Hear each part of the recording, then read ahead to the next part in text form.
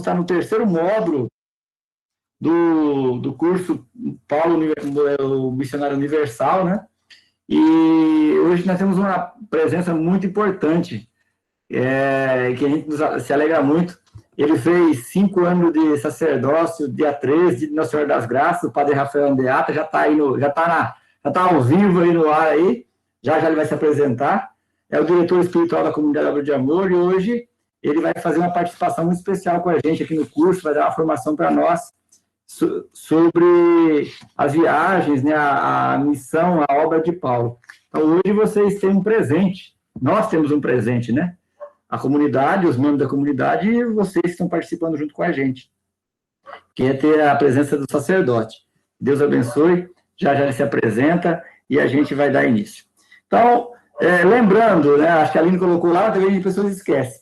Hoje vai ter um momento que a gente vai pedir para vocês escreverem alguma coisa. Alguns vão escrever um bilhetinho, alguns vão escrever uma coisa, talvez um pouco mais.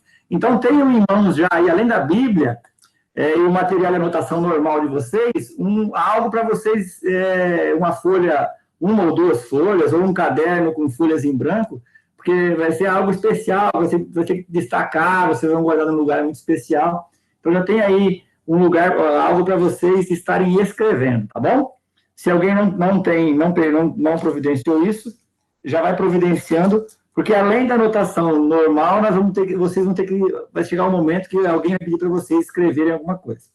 Então, hoje, nós vamos nos aprofundar e nos enriquecer um pouco mais sobre a vida e as obras, principalmente as obras e a missão, né? A vida, nós já vimos no módulo 1 e 2, e hoje nós vamos ver um pouco mais sobre a missão, as obras e a missão de Paulo. Esse apóstolo que conseguiu abrir para a igreja, aliás, abrir para os pagãos, ou seja, para nós, né, o povo que não era judeu, para que a salvação, que o evangelho chegasse até nós. Então, eu vou convidar vocês a rezar com a gente. Convido você a silenciar um pouquinho, se colocar na presença de Deus. Nós estamos reunidos em nome do Pai, do Filho e do Espírito Santo. Amém. Quero começar essa reflexão, essa oração, como Paulo começou falando com Timóteo. Ele diz assim: eu, Paulo, apóstolo de Jesus Cristo, por ordem de Deus, nosso Salvador, e de Jesus Cristo, nossa esperança, a você, Timóteo, meu verdadeiro filho na fé, graça, misericórdia e paz da parte de Deus, Pai, e de Jesus Cristo, nosso Senhor. Senhor, nosso Deus, hoje nós queremos, através da missão e das obras desse apóstolo, desse escolhido que o Senhor escolheu, para que o Evangelho pudesse ultrapassar as fronteiras de Israel e chegar a todas as nações. Nós pedimos, Senhor, o Espírito que conduziu Paulo, que conduziu Pedro, que conduziu a igreja primitiva, possa estar conduzindo a igreja de hoje. E a igreja de hoje somos cada um de nós. Então, nós pedimos, Senhor, hoje nós já estamos no tempo onde a gente se prepara para a grande festa de Pentecostes, onde o Espírito Santo é derramado. Nós pedimos, Senhor, que o Espírito Santo seja derramado de maneira especial hoje nesse curso, de maneira simples, mas de maneira profunda. Enviai, Senhor, o vosso Espírito Santo sobre nós, para que nós possamos, de uma maneira muito profunda e muito simples, nos abastecer, nos fortalecer, crescer em estatura, sabedoria e graça, como nos diz a palavra. Que as obras e a missão de Paulo possa instruir e possa nos mostrar que nós também temos a nossa missão e nós também estamos edificando as nossas obras. Que as nossas obras sejam sinais, sejam setas, sejam placas que indicam o caminho de chegar até Jesus Cristo. Pedimos também a intercessão de Nossa Senhora, de maneira especial de Nossa Senhora das Graças, a qual a Comunidade Obra de Amor é consagrada. E também pedimos a intercessão de São Padre Pio e de Santa Teresinha, os baluartes da comunidade. Pedimos que Nossa Senhora estenda seu manto sagrado sobre nós e interceda por nós. Vamos rezar. Ave Maria, cheia de graça, o Senhor é convosco. Bendita sois vós entre as mulheres, bendito é o fruto do vosso ventre, Jesus. Santa Maria, Mãe de Deus, rogai por nós, os pecadores, agora e na hora de nossa morte. Amém. São Padre Pio, rogai por nós. Santa Teresinha do Menino Jesus e da Sagrada Face, rogai por nós. Como o Papa consagrou esse ano a São José, rogai por nós. Pois bem, gente, nós vamos hoje mergulhar um pouquinho mais, né? Continuar mergulhando nessa vida de Paulo. Convido você a aproveitar bem, a pegar tudo aquilo que Deus vai estar nos transmitindo, aquilo que Deus vai estar nos doando, e que você possa ser também um missionário, você possa ser também um evangelizador, uma evangelizadora, e você também possa seguir os passos que Paulo seguiu, que é os passos de Jesus Cristo. Quero passar para a Aline, que ela vai fazer a introdução do curso hoje, e eu já estou apresentando.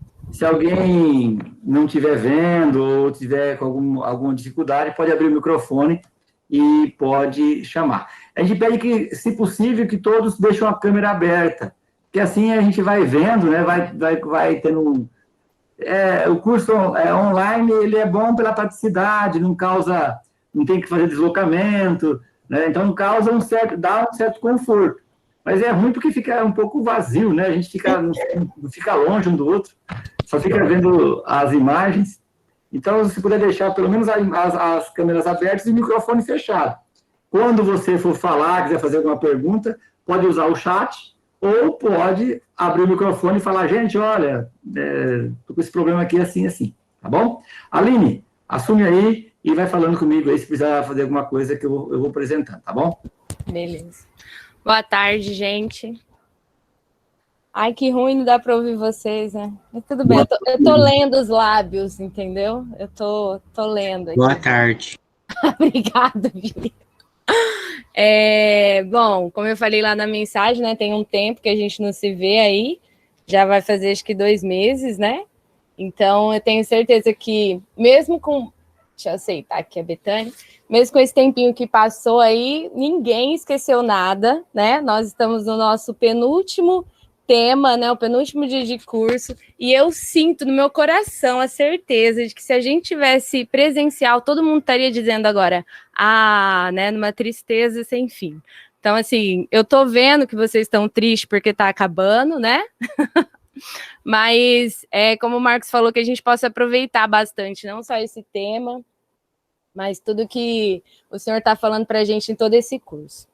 Então, como eu mandei no material e como está aí na tela de vocês, lá no nosso primeiro encontro, a gente viu um pouquinho a personalidade, né? O perfil de Paulo, que até então se chamava Saulo. Muito bem, eu vi que todo mundo falou aí. Né, se chamava Saulo, né? E aí nós vimos que Saulo, né, como todo bom judeu, como todo bom homem que zelava pela lei, que guardava, né, o que os judeus tinham como certo, perseguia os cristãos. Né? Era um vaso lá, um vaso daquele jeito que ele achava que era perfeito, mas Deus veio, né? Mudou tudo, quebrou o vaso, fez outro vaso, e transformou Saulo em Paulo, né? O apóstolo universal. Nós vimos que nesse primeiro encontro aí, que Saulo, ele mudou tudo, né?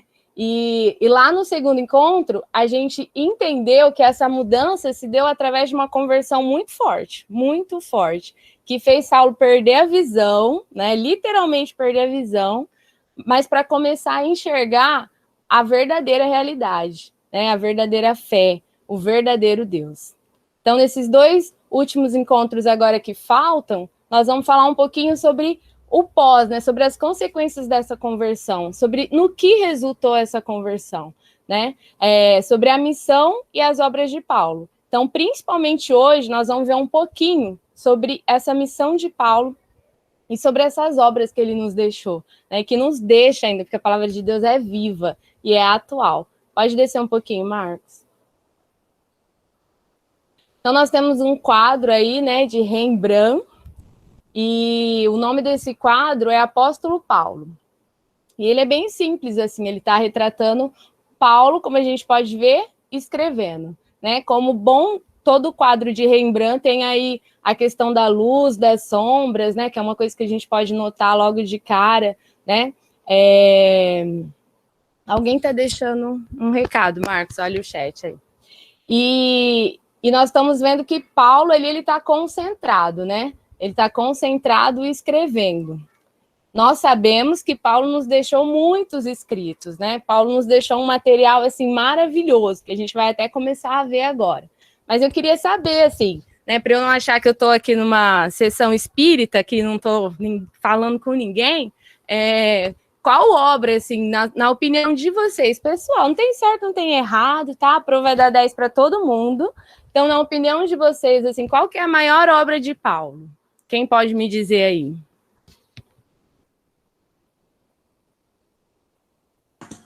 Cri, cri. O Nilson vai salvar. Vai, Nilson. Eu confio em você. O Júlio falou as cartas. É o testemunho de vida dele, né, de mudança, né, de alguém que se entregou realmente a Deus, assim, alguém que se entregou corpo e alma.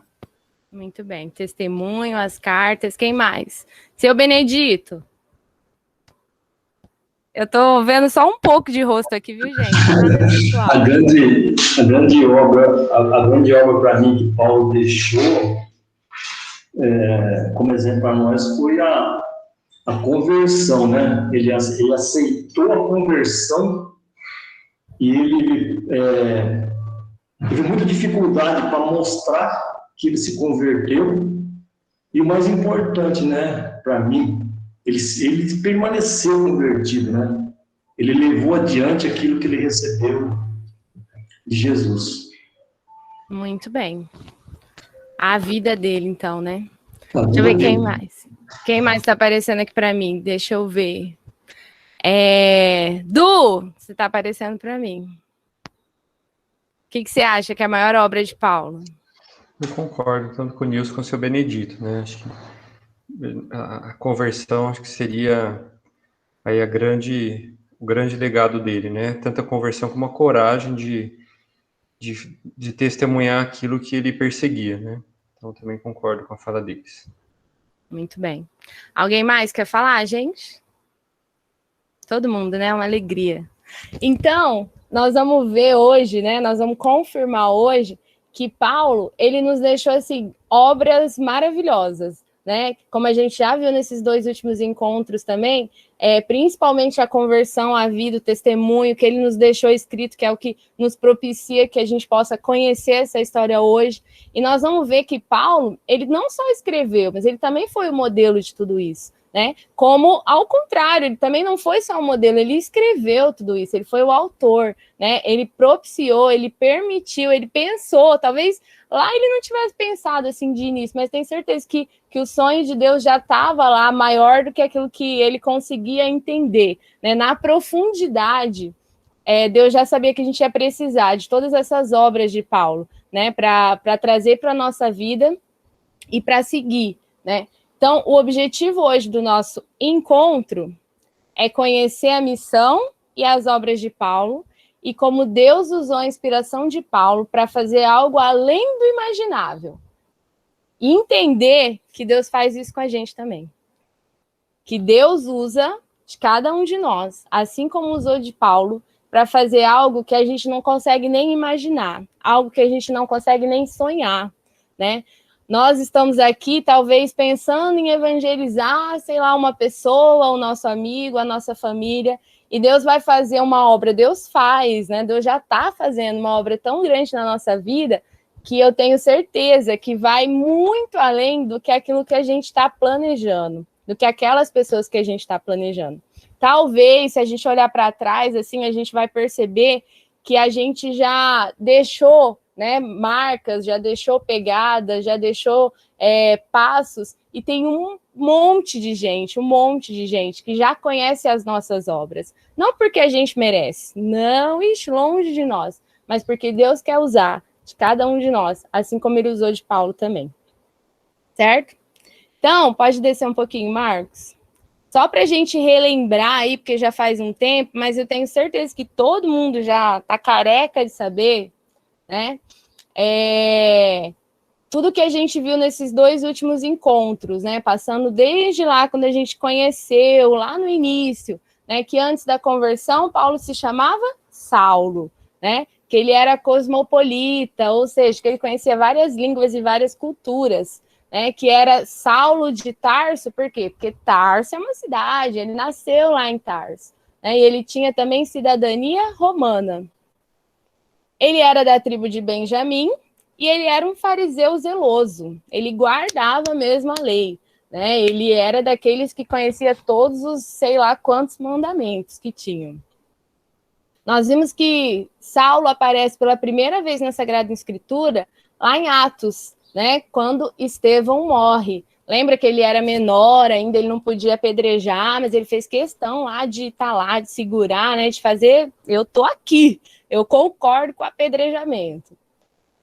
Cresceu no judaísmo, né, iniciou uma grande perseguição aos seguidores de Jesus, uma perseguição tão grande que ele foi lá, pediu autorização e falou, me deixe para Damasco porque eu vou trazer esse povo, ou vou trazer eles presos, vou trazer eles mortos, mas eu vou acabar com esses cristãos. Né? Ganhou carta branca, né? Lembra? Ele ganhou carta branca para ir até Damasco perseguir os cristãos. E aí, quando ele chegou em Damasco, que ele achou que estava perseguindo, na verdade, ele foi alcançado por Jesus. E ele levou um tombo tão grande, né? Que ele caiu por terra e se rendeu. E ele ficou cego, como a gente já falou, literalmente cego, perdeu a visão, mas para enxergar melhor a vontade de Deus. E daí começou o processo de conversão dele. Ele passou de perseguidor a encontrado por Jesus. Olha que lindo isso, gente. Aquele que perseguia foi encontrado por Jesus. Ele recuperou a visão e aí ele começou a ver tudo diferente. Né? Ele começou a ver verdadeiramente o que importa, que era a vontade de Deus. A vontade de Deus para a vida dele. Foi batizado na fé cristã, né? Começou a evangelizar, sofreu as consequências da conversão. Lembra que Paulo, ele não perdeu um pouquinho, ele não perdeu umas coisinhas, ele não perdeu umas regalias, ele perdeu tudo. Tudo. Ele perdeu tudo. E ele perdeu de uma forma assim que a gente talvez não consiga nem imaginar. E ele sofreu com isso, porque, de um lado, os judeus, peraí, você não estava do nosso lado? Como assim agora você virou assim a casaca e está indo contra tudo aquilo que você acreditava que nós sabemos que é o certo? Então, os judeus queriam matar Paulo, porque de uma hora para outra ele renegou tudo aquilo que ele acreditava, que os judeus acreditavam. E do outro lado, as pessoas que agora deveriam ajudar ele, porque ele estava defendendo, né? Porque ele estava ajudando, que eram os cristãos, duvidavam dele. Mas peraí, o homem até onde queria matar a gente? Agora já está assim, todo nosso amigo. Né? Então, Paulo, ele sofreu as consequências da conversão. E como eu já falei, perdeu tudo que tinha antes de se encontrar com Jesus. Né? Tudo é tudo, como a gente viu bem no último encontro. A conversão de Saulo em Paulo mudou totalmente a história dele e a nossa. Isso tem que ficar gravado, né? A conversão de Saulo em Paulo mudou totalmente a história dele. Totalmente, totalmente. E mudou a nossa também. Tem que mudar a nossa. E aí hoje nós vamos ver um pouquinho, como o Marcos diz, como a gente já comentou, como está lá no nosso objetivo, um pouquinho dessa missão, né, do que foi essa consequência da conversão. E aí nós temos a presença ilustre do diretor espiritual da comunidade, que também é o meu pároco aqui, né, Padre Rafael. Então, Padre, pode começar.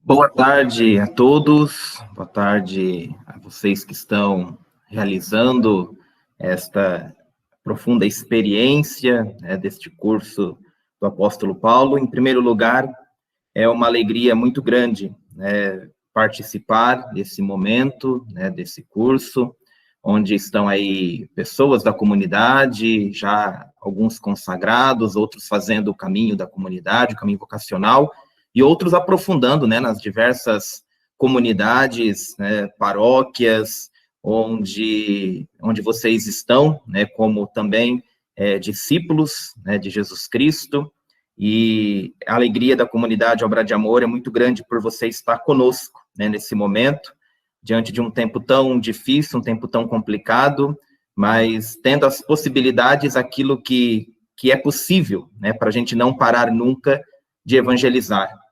Paulo, a gente percebe que ele fez muito disso, no que dava para fazer, ele fazia. Então, a pandemia também nos mostrou que é possível evangelizar, né, online, fazer curso online, onde a gente imaginou que talvez isso seria possível, né, onde a gente sempre reunia nos nossos centros de formação, centros de pastoral, né, tantas pessoas, e a gente talvez nunca imaginava que um dia a gente estaria dessa forma. Mas são as situações, né, e ai de mim se não evangelizar, já nos diz o grande apóstolo. Então, vamos evangelizar por aqui, vamos usar essas ferramentas. Então, antes de adentrar ao conteúdo proposto, acho que não são todas as pessoas que me conhecem, né? Então, é importante uma pequena, rápida apresentação. Padre Rafael Andreata, diretor espiritual da Comunidade Católica Obra de Amor. Como o Marcos disse aí no início, acabei nessa semana de completar 5 anos de padre, né, no último dia 13 de maio, antes de ontem, quinta-feira. E desde quando sou padre, sou também diretor espiritual da Comunidade Católica Obra de Amor. Desde quando fui ordenado sacerdote, inclusive, foi no dia de hoje, né, no dia 15 de maio, que eu recebi o convite, né, foi uma grande providência divina, né, porque eu fui ordenado dia 13, no dia seguinte eu celebrei minha primeira missa, e quem veio, né, para fazer a homilia, um grande amigo meu, foi o padre Irineu, da Diocese de Linz, que acompanhava meio distante, né, a comunidade, por ele estar em Linz, acompanhava a Obra de Amor, e no dia da minha primeira missa, ele conversou comigo e falou se eu não aceitaria, né, essa missão de dar continuidade à direção espiritual da Obra de Amor. Então, inclusive, hoje fazem, então, 5 anos, né, que a gente está junto, né, da comunidade.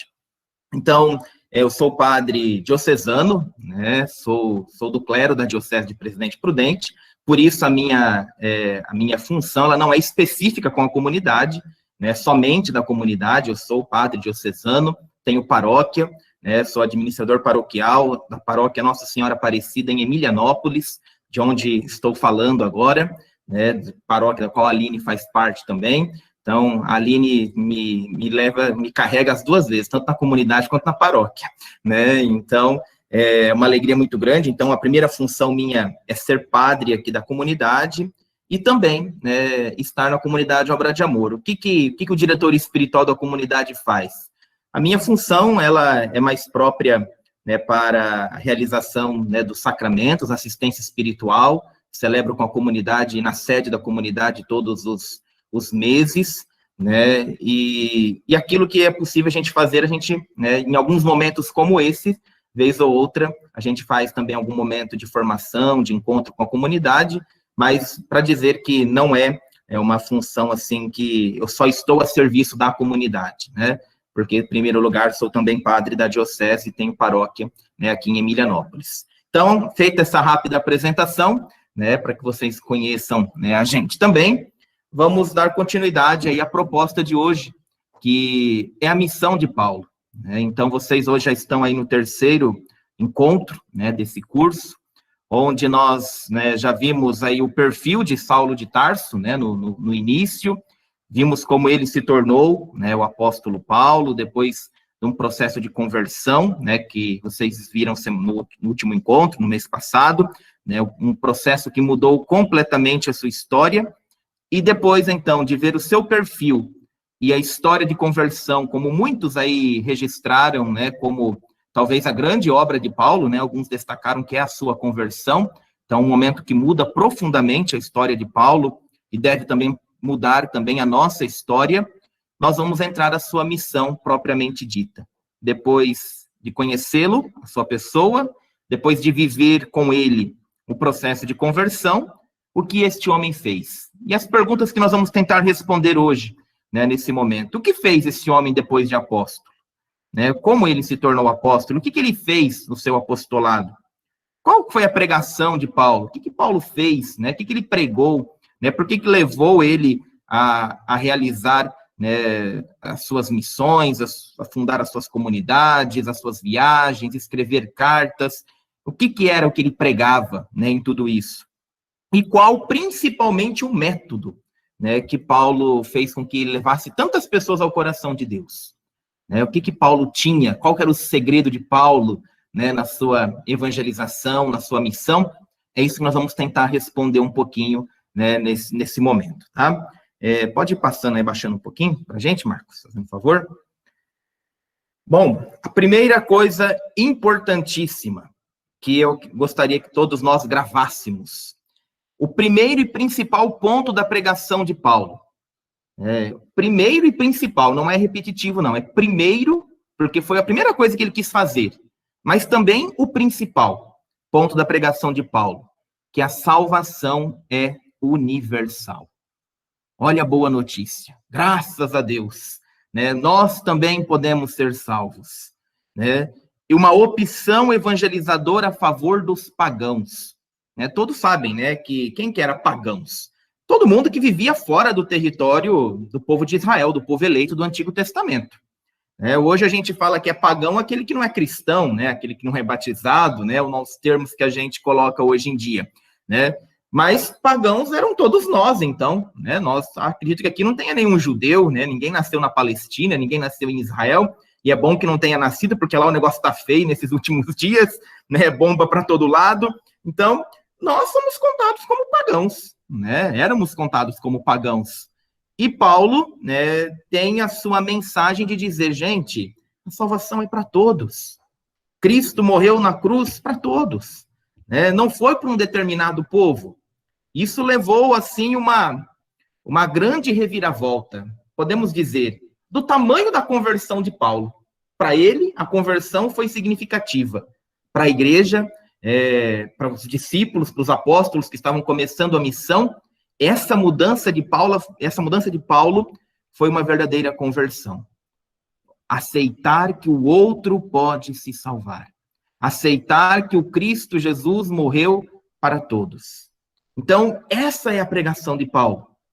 Toda a pregação de Paulo, ela repousa nesse sentido.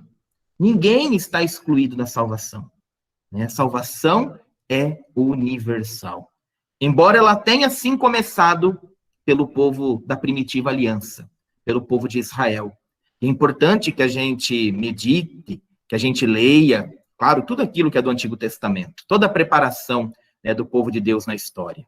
Mas depois, em Jesus Cristo, essa salvação, ela é aberta para todos. E ele teve uma opção evangelizadora. Não que Paulo desprezasse as outras coisas. Ele escolheu, como vocação, ter uma opção de ir a favor dos pagãos, de levar o evangelho para fora dos muros do povo da Palestina, do povo de Israel, do povo de Jerusalém.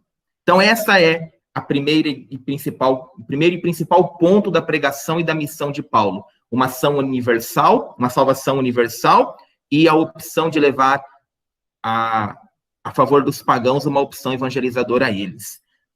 Aí diz em Atos 9:15, quando Paulo está lá no processo da sua conversão, quando ele é apresentado, diz, olha, esse homem é um instrumento que eu escolhi para anunciar o meu nome aos pagãos. Vejam, né, esta frase mostra muito bem. Paulo, então, é instrumento nas mãos de Deus, como nós também somos. Todos nós somos instrumentos nas mãos de Deus. Você que está participando desse curso, você que está, né, vivendo essa formação, não tenha dúvida disso. Quem é instrumento de Deus? É só o padre numa paróquia? É só o fundador de uma comunidade, numa comunidade? Não. Todos nós batizados, nós somos instrumentos nas mãos de Deus. Paulo foi um instrumento para alguma coisa. Todo instrumento, ele serve para alguma coisa. A gente chama os instrumentos de trabalho, né, para a gente fazer a nossa função. Qual é o instrumento de trabalho? Paulo foi instrumento de trabalho nas mãos de Deus para anunciar o evangelho, o seu nome, aos pagãos. Nós precisamos entender também qual instrumento nós somos na nossa vida? Qual instrumento? Eu sou instrumento para quê? Eu sirvo para quê? Ninguém está à toa. Né? Ninguém está sem utilidade, né, na igreja, né, no corpo místico de Cristo. Paulo foi um instrumento de Deus para levar a salvação no nome de Jesus aos pagãos. Nós precisamos saber qual instrumento eu sou na vida e na minha missão, onde eu estou. Então, vamos ver alguns pontos aí, né, dessa pregação de Paulo. É interessante que Paulo, depois da sua conversão em Damasco, ele fica aproximadamente 3 anos se preparando para iniciar sua missão. E aí vem um dado muito interessante. Nós vemos que Jesus chamou os apóstolos, né, no começo da sua missão. E não preciso dizer para ninguém que Paulo não estava nessa lista, nós sabemos muito bem. Já estamos no 3º encontro, vimos que ele era um perseguidor ferrenho da igreja. Então, Paulo não aparece, claro, na lista dos 12 que Jesus chamou no começo. Mas ele é chamado apóstolo. Né? E como isso? Como isso se dá? Se ele não estava nos 12 iniciais da lista de Jesus. Nem substituiu também Judas Iscariotes. Quem substituiu foi Matias, que nós celebramos ontem. Então, Paulo não estava nesta lista, né, dos 12 chamados. Mas o tempo de preparação da missão de Paulo é praticamente o mesmo da missão dos 12 iniciais com Jesus. Nós não falamos, né, que o tempo que Jesus ficou com os apóstolos, o tempo da missão de Jesus não foi de 3 anos? Não é isso que a gente aprende, né, na catequese, na Bíblia? Que o tempo do ministério de Jesus foi possivelmente de 3 anos, né, dos 30, né, aos 33, na sua morte. Então, logo que Jesus chamou os apóstolos também ficaram 3 anos em formação com o Mestre, com Jesus. E Paulo também ficou 3 anos se preparando para iniciar a sua missão. Então, olha só, não é um apóstolo que fala, hoje eu sou apóstolo, amanhã estou indo, estou saindo, estou pregando. Não. Paulo ainda viveu aproximadamente 3 anos de preparação para a sua missão. E nós, né? Como nós vivemos esse tempo de preparação para a missão? Quanto tempo a gente se prepara, né, para realizar bem a nossa missão? Pelo menos na vida de padre, são pelo menos 9 anos, né, de estudo, de dedicação. Eu fiquei 11. Não porque eu repeti alguns anos, não, porque eu entrei novinho no seminário, tá? Entrei para fazer o ensino médio, entrei com 14 anos no seminário, então fiz o colegial todo já dentro do seminário, depois 3 anos de filosofia, 4 anos de teologia, para a gente achar que a gente sabe alguma coisa e ser padre, né? E vamos aprendendo depois da vida também. A comunidade, a obra de amor, ela tem o seu caminho vocacional, onde os membros estão aí fazendo também um tempo de preparação, né? Vocês que estão em outras comunidades, né, estão aí no discipulado, na missão, tem um tempo de preparação para tudo também. Também teve esse tempo. E ele se coincide com o mesmo tempo que os apóstolos de Jesus também viveram com Jesus para depois levar o evangelho a todos. Continuando aí nosso texto, nós sabemos que os primeiros cristãos, a igreja nasceu na Palestina, nós sabemos lá, Jerusalém, Jesus ressuscitou, onde Jesus depois apareceu aos discípulos. Então, a igreja, ela começa, sim, dentro do território do povo eleito, do povo da promessa. Deus preparou essa história. Né? Então, a igreja, claro, ela começa com a evangelização dos judeus na Palestina. Só que o povo judeu, gente, é um povo que sofria muito. Levava lambada para todo lado. E vira e mexe, eles tinham que sair lá da terra. Eles se dispersavam muito, muitas vezes por perseguição. E com muitas dessas perseguições, eles foram indo para regiões vizinhas, até que chegam numa cidade importantíssima, que nós vamos hoje precisar marcar para sempre o nome dessa cidade, porque ela vai ser o centro, né, a base de referência de Paulo, que é a Antioquia, tá? Ou Antioquia também, tá, gente? Às vezes o pessoal corrige quem lê aí, as 2 formas estão certas, viu? Pode falar Antioquia ou pode falar Antioquia. Antioquia soa mais bonito aos nossos ouvidos, tá? Mas se um leitor aí na paróquia lê Antioquia, ele não está errado também, não, tá bom? Então, pode falar as 2 formas, né, da cidade, a base de apoio onde ficou Paulo. Dentro da perseguição, eles foram muitos para Antioquia. E aí eles começaram a pregar, formar comunidade cristã, né, como nós vemos lá no livro dos Atos dos Apóstolos. Vai aparecer agora o primeiro amiguinho de Paulo, o primeiro coleguinha de Paulo na sua missão, né? Que ele tem a honra de ser chamado de apóstolo também, né? Que é Barnabé. Então, esse homem foi o grande primeiro auxiliar, né, de Paulo, para dizer, olha, nós nunca estamos sozinhos. Na nossa missão, nós não estamos sozinhos. Que bom quando a gente tem alguém ao nosso lado. Que bom quando alguém comunga das mesmas ideias, ou principalmente dos principais meios, né, da nossa vida. Por isso é ser comunidade, né? Comunidade nunca é uma comunidade individual. O sacerdote mesmo, quando está sozinho numa paróquia, ele nunca está sozinho. Nós temos o apoio de tantas pessoas, de tantos braços direitos, né, na nossa comunidade. Paulo começou a viver isso com Barnabé. Os apóstolos enviaram Barnabé para aquela comunidade, que agora, olha, já tinha judeus e pagãos. Olha a abertura que vai Paulo incutindo, Barnabé incutindo, né, para que mais pessoas se aproximassem de Jesus, da mensagem de Jesus. E é em Antioquia que nós temos um ponto importante da história, que foi lá o primeiro lugar onde os discípulos de Jesus foram chamados de cristãos. Nome que nós temos até hoje. Então, isso aconteceu em Antioquia, já um território pagão.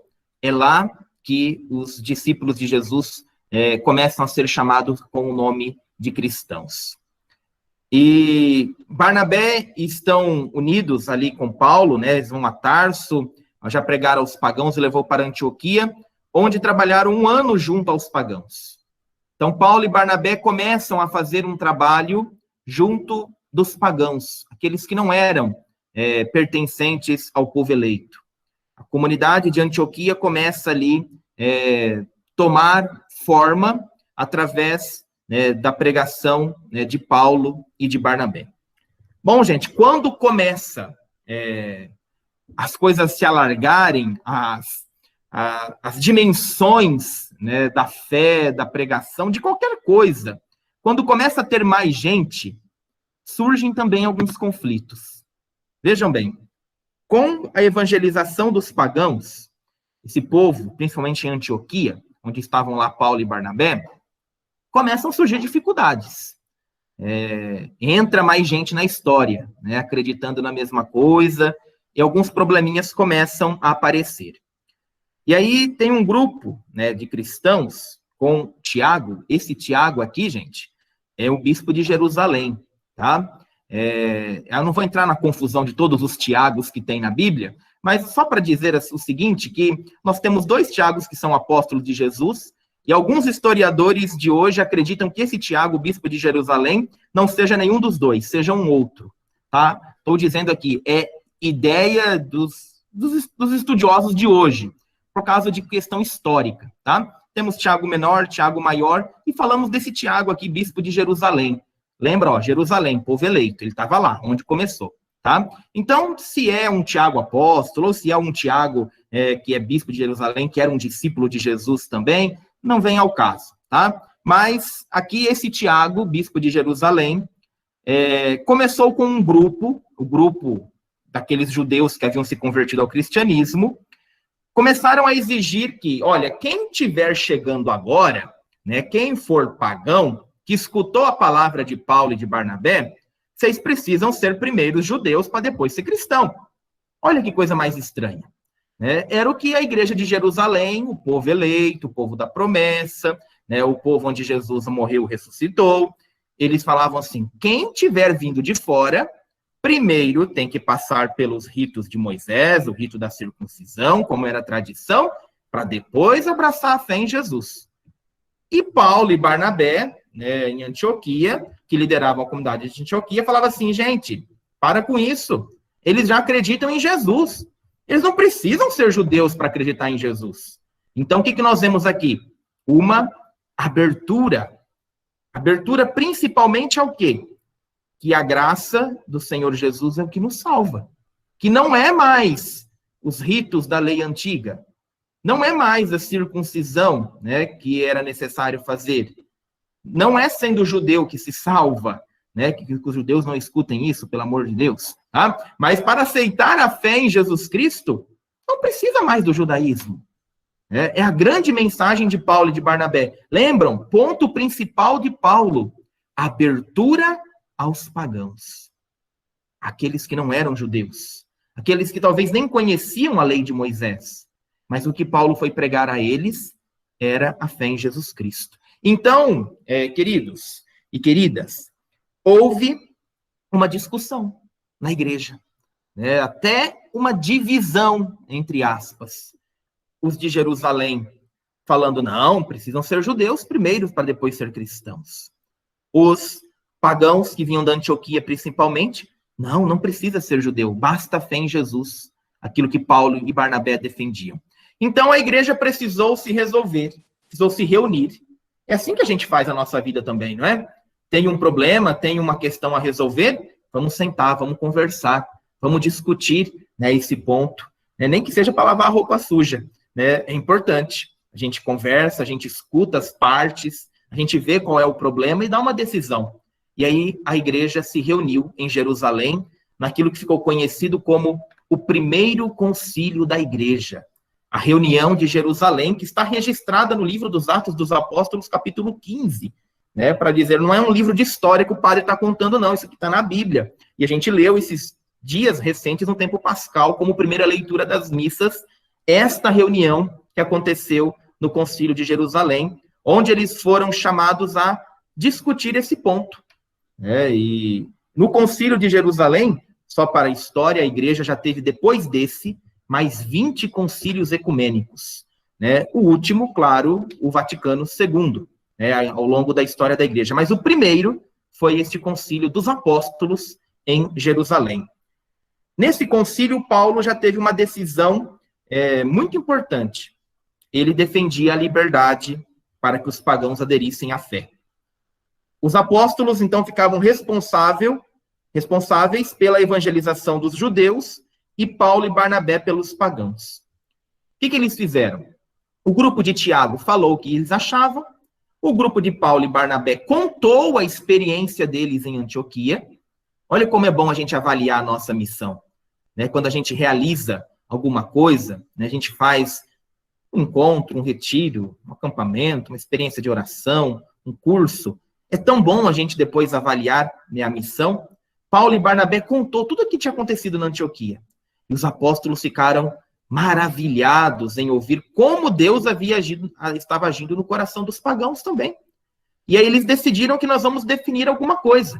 Os apóstolos evangelizem aqueles que eram judeus e se converteram ao cristianismo, e Paulo e Barnabé vão, então, aos pagãos. Olha como que Paulo resumiu a decisão desse concílio de Jerusalém. Alguém pode ler aí para a gente a definição que Paulo escreve na carta aos Gálatas, capítulo 2, versículos de 8 a 10? Leiam alguém aí a definição de Paulo. Posso ler? Pois não.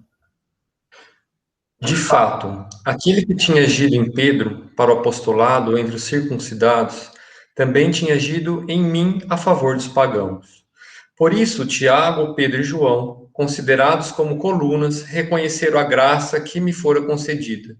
Estenderam a mão a mim e a Barnabé em sinal de comunhão. Nós trabalharíamos com os pagãos e eles com os circuncidados. Eles pediram apenas que nos lembrássemos dos pobres, e isso eu tenho procurado fazer com muito cuidado. Lindo.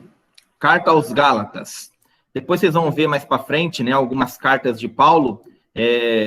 Algumas são um testamento próprio de Paulo, que não tenha dúvida nenhuma que foi ele que escreveu a própria mão. E a carta aos Gálatas é uma dessas, tá? Onde Paulo contou propriamente a sua história. Nós conhecemos Paulo tanto pelos Atos dos Apóstolos, que foi escrito por Lucas, como nós sabemos, quanto pelas suas cartas, que foram escritas por ele. Algumas vezes dá umas diferençazinhas, porque uma coisa é você escrever de você e outra é outro escrever sobre você, Aí entra a questão até das biografias, os rolos que tinham aí, as biografias autorizadas ou não autorizadas dos famosos, Lucas fez uma biografia de Paulo nos Atos dos Apóstolos. Ele escreveu sobre Paulo. Agora, nas cartas, nós vemos o próprio Paulo escrevendo dele.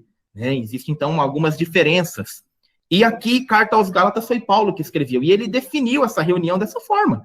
Tiago, Pedro, João eram colunas. Eles vão se ocupar de evangelizar os circuncidados, aqueles que eram judeus, na Terra Santa, na Palestina. Nós vamos aos pagãos. Só deram algumas recomendações, mas principalmente que nós não nos esquecêssemos dos pobres. Quem teve algum tempo atrás isso na igreja aí, que é bem famoso? Alguém sabe dizer? E lembraram dessa palavrinha? Da história recente da igreja?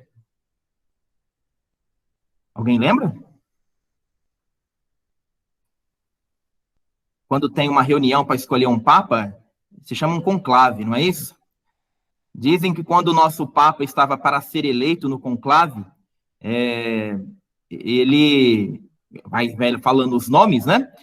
E quando passou, né, dá os 2/3 de votação, ele contou que um cardeal estava do lado dele e falou apenas isso para ele: você vai ser o papa, não se esqueça, apenas não se esqueça dos pobres. Daí da origem que ele pensou no nome Francisco. Tá? Então, esta expressão vem da carta aos Gálatas. E esse cardeal que falou isso, ao cardeal Bergoglio, que seria em instantes Papa Francisco, foi um cardeal brasileiro, né? Dom Cláudio Umes, estava ao seu lado, né? E quando saiu a votação, ele disse assim: você é o Papa, só não se esqueça dos pobres, né? Tirando essa expressão aqui do Concílio de Jerusalém. Olha, gente, isso é bonito, porque a igreja, ela não interrompe a sua tradição. Isso aqui foi uma definição do primeiro concílio da igreja, antes do ano 100, nos anos 50 e pouco, 60, né? E a escolher um papa em 2013, um cardeal lembrou isso ao outro, né? Só não se esqueça dos pobres. Eles pediram apenas que nos lembrássemos dos pobres. E um dia, a eleição do atual papa, né, essa definição da igreja como mãe ainda era lembrada no coração e que sugeriu o nome de Francisco, né? Daí ele teve a opção de ter o nome como Francisco. Isso é só apenas uma curiosidade para a gente perceber quanto a missão dos apóstolos ela continua viva e operante na vida da igreja até os dias de hoje. Certo? Aí os Atos dos Apóstolos relatam, então, o trabalho pastoral de Paulo, iniciando com viagens missionárias. Esse é o tópico que a gente gostaria hoje de trazer de maneira muito clara. Paulo usou a pregação, a sua missão, ela foi feita através de viagens missionárias. Tá? Quando foi perguntada, a Aline perguntou aí no comecinho, né, qual a obra de Paulo que você tem, né, você considera a maior obra de Paulo? Eu diria particularmente, para mim, né, o que mais chama atenção é a coragem que esse homem teve de viajar, né? E a gente sabe que não era facinho como viajar hoje, não. Hoje a gente vai para a missão, a gente vai de carro, a gente vai de avião, a gente vai de ônibus. A gente sabe que Paulo não tinha nada disso. Então, a coragem desse homem em fazer viagens, né, em chegar em ambientes totalmente contra a cultura cristã, dos valores do evangelho, para mim é o diferencial na missão de Paulo. Ter coragem de sair a campo aberto, a mares revoltos, dentro de um barquinho, passando fome, passando frio, né, sendo preso, sendo torturado. Quantas vezes esse homem foi preso? Para mim, a grande obra de Paulo é essa. Ele ter coragem de ter saído da sua comodidade, né, de ter saído da sua casa, de ter deixado todo o judaísmo para trás e ter feito essas viagens missionárias. Nós vamos ver que depois vão vir as cartas, né, de Paulo, que a gente chama de uma grande herança teológico-pastoral. Nós conhecemos muito Paulo, né, pelas suas cartas, mas o que mais chama atenção, com certeza, que as cartas suas estão também mencionadas aqui numa operosa vida apostólica. Então, ele foi o grande responsável pela abertura do evangelho ao mundo pagão, porque ele viajou, porque ele saiu. E aí nós lembramos mais uma vez aquele que hoje sucede Pedro, que é o Papa Francisco, que desde o início vem dizendo: eu quero uma igreja em saída, eu quero uma igreja que não seja uma igreja apenas de sacristia, eu preciso de gente que saia a campo, que evangelizem, que preguem. Não é nada mais do que também uma inspiração na grande missão de Paulo. Claro que nós não estamos desprezando a igreja que ficou em Jerusalém, a igreja de Pedro, depois de Tiago, né? Foi necessário também a organização da igreja, é sempre necessária, né? Mas é necessário também a abertura à missão, ao sair de si, ao ir ao encontro do outro. É isso que nós precisamos na igreja, principalmente num mundo tão machucado, num mundo tão dilacerado que nós encontramos hoje. Uma igreja que saia, mas que não saia de bagagem, sem bagagem nenhuma. Paulo não saiu à toa, né? Saiu com uma bagagem querigmática de anunciar Jesus em todos os lugares. Então, essas viagens de Paulo se destacam como grande responsável pela abertura ao mundo pagão. E principalmente isso, quando ele sai para ir aos pagãos, junto de Barnabé e depois de outros, ele defende a liberdade dos pagãos em relação à lei mosaica, que foi o que ele lutou lá no Concílio de Jerusalém e conseguiu a liberação das colunas da igreja, que ele chama, né, dos apóstolos para isso. Então, vamos adentrar aqui ao tema das viagens de Paulo. Na segunda carta aos Coríntios, capítulo 11, versículo 26, Paulo diz que ele fez muitas viagens e que sofreu muito nessas viagens. Lucas, que relata os Atos dos Apóstolos, apresenta 4 viagens de Paulo. Às vezes a gente encontra em alguns livros, gente, dizendo que Paulo fez 3 viagens apostólicas. Por quê? Muitos não consideram a 4ª viagem de Paulo como apostólica, porque a última ele já foi preso, que foi a última que levou ele até Roma. Então, são 3 grandes viagens missionárias, e uma que ele vai a Roma, que é a 4ª, onde ele já vai ser julgado e depois assassinado, né, em Roma, conforme a tradição da igreja, por volta do ano 64 depois de Cristo, é o martírio de Paulo, e onde até hoje na igreja de São Paulo, fora dos muros, estão seus restos mortais. Quem for a Roma, ou se já foi a Roma, né, visitar as grandes basílicas, um dia quiser me levar e pagar a passagem também, que eu nunca fui, tá? Estou à disposição, depois da pandemia, tá bem? Aí a gente visita certinho, né, o túmulo de Paulo, o túmulo de Pedro, né? O Marcão já acenou aqui que a gente vai. Tá bom? Então, quem já foi, né, não sei se alguém aqui já foi a Roma, né, e teve a oportunidade de conhecer a Basílica de São Paulo extramuros, né, chamada, né, fora dos muros do Vaticano, ali se encontram os restos mortais do apóstolo Paulo, tá bom? Então, são 4 viagens, 3 são missionárias e a última já é preso, né, já é transporte, preso, indo até Roma. O Júlio disse que também está à disposição para viagem, tá? Se alguém quiser presentear, a gente faz uma excursão da comunidade. Bom, Paulo não foi o único, né, que se dedicou a uma tarefa religiosa naquele tempo.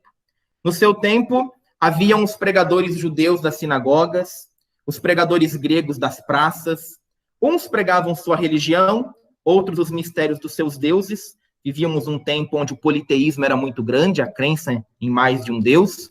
Mas o modelo paulino de evangelizar era diferente e especial. Qual era um dos métodos de Paulo? Ele fundava a comunidade, educava e as acompanhava. Então, gente, não é só fazer. É como a gente vê uma construção, às vezes, né? É tão feio quando a gente passa em alguma cidade e vê aqueles prédios que começaram a ser construídos, né? E estão lá ruínos, né? Ruindo, imprudente, a gente passa lá, às vezes, enquanto naquelas avenidas ali na Washington Luiz tem um prédio, que tristeza aquele prédio, né, no centro da cidade de Prudente, né, alguns não conhecem Prudente, né, são de outros lugares, mas ali tem um prédio numa das principais avenidas da cidade que a gente vê ele ali, que começou e não acabou até hoje. Seria como que Paulo, se ele fundasse uma comunidade e abandonasse essa comunidade, né, ficaria uma construção sem fazer. Ele não só fundou, ele não só começou a construir comunidade, ele educava, ele acompanhava, ele instituía líderes, ele escrevia cartas. Aí está a grande missão de Paulo. Então vamos ver aqui as viagens missionárias deste homem. O missionário itinerante. Paulo não ficava muito tempo num determinado lugar, né? É um missionário, né, que ia, fazia e depois continuava a missão, colocava outros no seu lugar. A vida de missionário de Paulo, ele começa dentro da comunidade de Antioquia. Por isso que eu disse que o centro, a Antioquia, deve ser gravada como a base de concentração onde Paulo ficava. De lá ele saía para suas viagens, tá? Então, o recanto de Paulo era Antioquia. Foi dali que ele, né, percebeu que ele precisava sair e ir, né, aos pagãos. E essa escolha de Paulo se deu dentro de uma celebração litúrgica. Diz o livro dos Atos. Por favor, alguém pode ler essa escolha aí de Paulo em Antioquia, quando ele percebeu que ele tinha que sair, que ele tinha que viajar, que ele tinha que ir aos pagãos. Quem quiser ler, por favor. Leio. Pois não. Certo dia, eles estavam fazendo uma reunião litúrgica com jejum e o Espírito Santo disse: separem para mim Barnabé e Saulo, a fim de fazerem o trabalho para o qual eu os chamei. Então eles jejuaram e rezaram. Depois impuseram as mãos sobre Barnabé e Saulo e se despediram deles. Enviados pelo Espírito Santo, eles partiram. Olha que coisa solene, né? Enquanto rezavam, eles jejuavam, Deus escolheu estes homens. Separem para mim Barnabé e Saulo, né? Consagra eles, separa eles dos outros, para que eles façam o trabalho ao qual eu os chamei. Depois a igreja mãe de Antioquia, envia, né, esses homens. Impuseram as mãos sobre eles e eles se despediram. E aí, mundo adentro, mundo afora. Aí começa a missão de Paulo, depois deste envio de uma maneira tão solene. E a proposta missionária, então, de Paulo exigiu dele duas coisas importantes, que devem estar em todos aqueles que são discípulos de Jesus. Uma ruptura e uma renúncia total e absoluta. Acho que vocês já viram isso no encontro passado, principalmente, né? A ruptura que ocasionou na vida de Paulo, deixou totalmente o farisaísmo, o judaísmo, né, para se tornar um apóstolo. E quem saiu para viajar, quem sai para pregar o evangelho, renunciou muita coisa. Paulo renunciou possivelmente, né, uma vida matrimonial. Nós não ouvimos dizer que Paulo era casado em nenhum lugar na Bíblia. Também não tinha nem como, né? Era um missionário que não tinha casa fixa, né? Não tinha, de maneira alguma, ia poder constituir família, porque ele era, como dizia já o padre Zezinho, um cidadão do infinito, né? Então, ele teve uma renúncia na sua vida, né? Renunciou a algo muito importante, renunciou família, renunciou trabalho, né? A sua função, né? De fazer tendas, né? Fabricante de tendas, de quebrar os seus preconceitos propriamente com o farisaísmo. Então, essa proposta missionária de Paulo exigiu dele muita coisa, como exige de nós também. Para ser padre, eu precisei fazer algumas renúncias na minha vida. Precisei de algumas rupturas e preciso até hoje de todas elas. Para você ser um missionário consagrado, você também precisou de algumas renúncias importantes na sua vida. Para você ser um cristão, para você ter aí uma missão na sua comunidade, você também precisa, a cada dia, de uma renúncia, de uma ruptura com muitas coisas. Então, isso no perfil de Paulo é também na nossa vida, no nosso perfil de cada um. Então, vamos agora passar aí as viagens, né, missionárias de Paulo.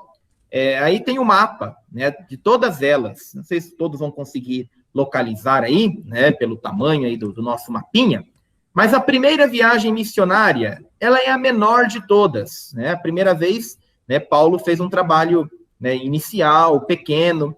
Localizam ali, ó, a Antioquia. Tem duas Antioquias, viu, gente? É bom esclarecer isso, tá? A Antioquia, que é a base de Paulo que eu falei, é a Antioquia da Síria, a mais à direita nossa aqui, tá? Do mapa. Isso, onde está o cursor aí. Essa é a Antioquia que era a base de Paulo.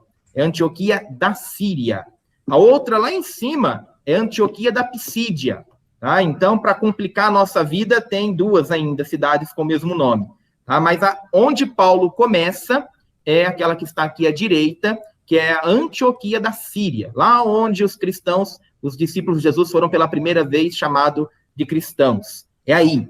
Em primeiro lugar, a ilha de Chipre, né? Aí está a ilha de Chipre embaixo, com as duas cidades, uma no começo, outra no fim, por onde Paulo passou, Salamina e Pafos, que são cidades da ilha de Chipre, onde Paulo exerceu a sua primeira viagem, a sua missão. Depois, aí, mar acima, né? Ele chega a Listra, melhor, a Perge, depois Listra, Antioquia da Pisídia, Icônio e Derbe, porque ele foi expulso da Antioquia da Pisídia, né? Ali ele ficou refugiado ali um pouco em Icônio e Derbe, e voltou, né? Passando novamente pela Antioquia, mas aí de Perge, ele voltou para Antioquia por cima da ilha de Chipre, não voltando para a ilha de Chipre. Em Chipre, ele foi só na ida. Né? Na volta, ele voltou por um caminho um pouco diferente. Então, a primeira viagem de Paulo, ela começa e termina na Antioquia da Síria. O livro dos Atos dos Apóstolos registra esta primeira viagem. Capítulo 13, versículo 3, até o capítulo 14, versículo 28. Você que está com a Bíblia aí, deixa a Bíblia aberta, e assim a gente faz a referência nesse lugar aí. Atos 13, 3, para a gente ver de onde até onde foi nas viagens, tá? Só para você ir olhando um pouquinho, né, que de fato o livro dos Atos dos Apóstolos marca, né, toda essa viagem aí de Paulo. Essa primeira viagem, que vai dos Atos 13, 3 até o 14, 28, Paulo fez com o primeiro amigo de missão dele, que foi Barnabé. Né? Eles começaram na Antioquia, e ali, né, de fato, Paulo e Barnabé começaram a sua primeira viagem. Ela aconteceu entre os anos 46 e 48, então aí praticamente 2 anos, né, até 3, né, de viagem missionária. Aí o território a gente já falou, saíram da Antioquia, foram à ilha de Chipre, percorreram várias cidades. Da primeira viagem, a grande finalidade foi evangelizar os judeus que moravam nessas cidades. Então, embora Paulo tenha uma abertura aos pagãos, ele, em primeiro lugar, ele evangelizava os judeus que moravam em território pagão. Então, isso é importante a gente ficar claro. Não é que a sua abertura aos pagãos, ele só foi diretamente já naqueles pagãos. Não. Ele foi para cidades dos pagãos, mas onde estavam os judeus? Então, nós vamos ver Paulo na primeira viagem missionária, sempre na sinagoga, onde os judeus iam. Pagão não entrava na sinagoga. Tá? Então, essa primeira viagem, ela tem um grande discurso na sinagoga de Antioquia. Qual Antioquia, padre? A Antioquia lá de cima, aquela da Psídia já. Não de onde Paulo saiu, onde ele foi. Tá? Antioquia da Psídia. Então, essa viagem, primeira viagem de Paulo, marca o seu discurso, embora ele foi aos pagãos, mas ele evangelizou primeiro judeus que moravam em território pagão. Esse é o primeiro grande objetivo da primeira viagem missionária de Paulo, que aconteceu junto de Barnabé. Tá? E o marco principal foi o grande discurso na sinagoga de Antioquia. Podemos passar a segunda? Segunda viagem missionária de Paulo. Está aí, ó, já é bem maior, né, onde Paulo percorreu agora um caminho maior, marca a chegada de Paulo praticamente ao continente europeu, né, onde ali ele esteve na Macedônia, né, então nós vemos aqui Paulo fazendo a sua segunda viagem, que também começou e terminou na Antioquia, na Síria. Por isso que eu falei que a Antioquia era a base de apoio de Paulo, de onde ele saía e muitas vezes onde ele chegava. Tá? Então, começa e termina novamente na Antioquia.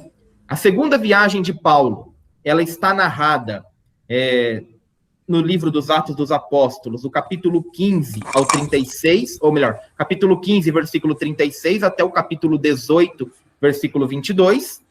Ela foi realizada por Paulo entre 49 e 52, então foi um tempo maior, né, de viagem. Eles brigaram, teve uma discussão com Barnabé, olha só, né, o primeiro grande companheiro da primeira viagem, nessa segunda ele não foi. Barnabé não esteve na segunda viagem de Paulo, porque o Barnabé queria levar o João Marcos, que é aquele evangelista, o evangelista Marcos, tá? E o Paulo não queria que levasse o Marcos, porque ele era muito novinho, e ele deu trabalho na primeira viagem. Né? Olha as situações da missão.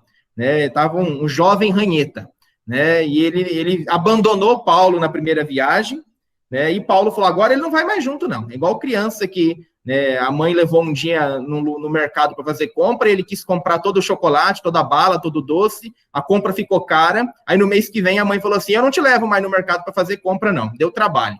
Então, Paulo fez isso, né? O Barnabé queria que o João Marcos fosse de novo, e Paulo brigou com o Barnabé, falou, não, ele não vai mais. Né? Ele abandonou a gente na primeira, né? Então agora eu não levo mais na segunda viagem. Só que ele teve um outro companheiro, que foi Silas. Né? Silas se torna o grande companheiro de Paulo na sua segunda viagem missionária. Não que Barnabé deixou de evangelizar, tá, gente? João Marcos também. Eles foram fazer outra viagem, eles desceram para a ilha de Chipre de novo. Mas Barnabé e Silas, ou melhor, Paulo e Silas, dessa vez pode ver que não passa ali pela ilha de Chipre, né? Eles fizeram um outro trajeto, principalmente nas cidades gregas. Olha lá o mapinha de novo, né? Veja que chega agora lá, ó, Macedônia, principalmente ali embaixo, Corinto e Atenas. Foi o centro dessa segunda viagem missionária de Paulo. Depois Éfeso, né? Cidades que a gente já conhece, né? A carta aos Efésios, por causa da comunidade de Éfeso, a Tessalônica ali em cima, onde Paulo dirigiu as cartas aos Tessalonicenses, né? Então, foi uma viagem, Filipos lá em cima, né? A carta aos Filipenses, né? Então, ali foi uma viagem bem demorada até de Paulo, com muitas comunidades sendo fundadas na sua segunda viagem.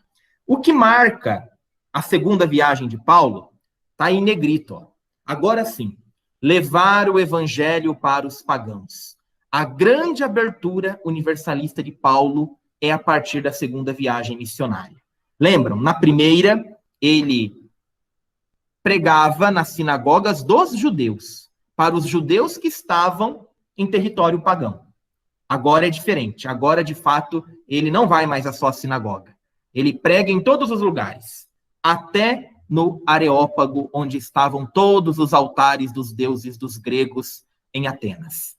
Então, o grande discurso de Paulo, o discurso do Areópago, em Atenas, diante de uma cultura e de uma sabedoria grega, um povo politeísta que tinha Deus para tudo quanto é lado, e Paulo começou a dizer que ele ia pregar o Deus desconhecido, que eles não conheciam, o altar ao Deus desconhecido que eles tinham lá, e mostra, então, Paulo agora dialogando, tentando evangelizar, tentando levar o evangelho para uma sociedade idolátrica e intelectualista.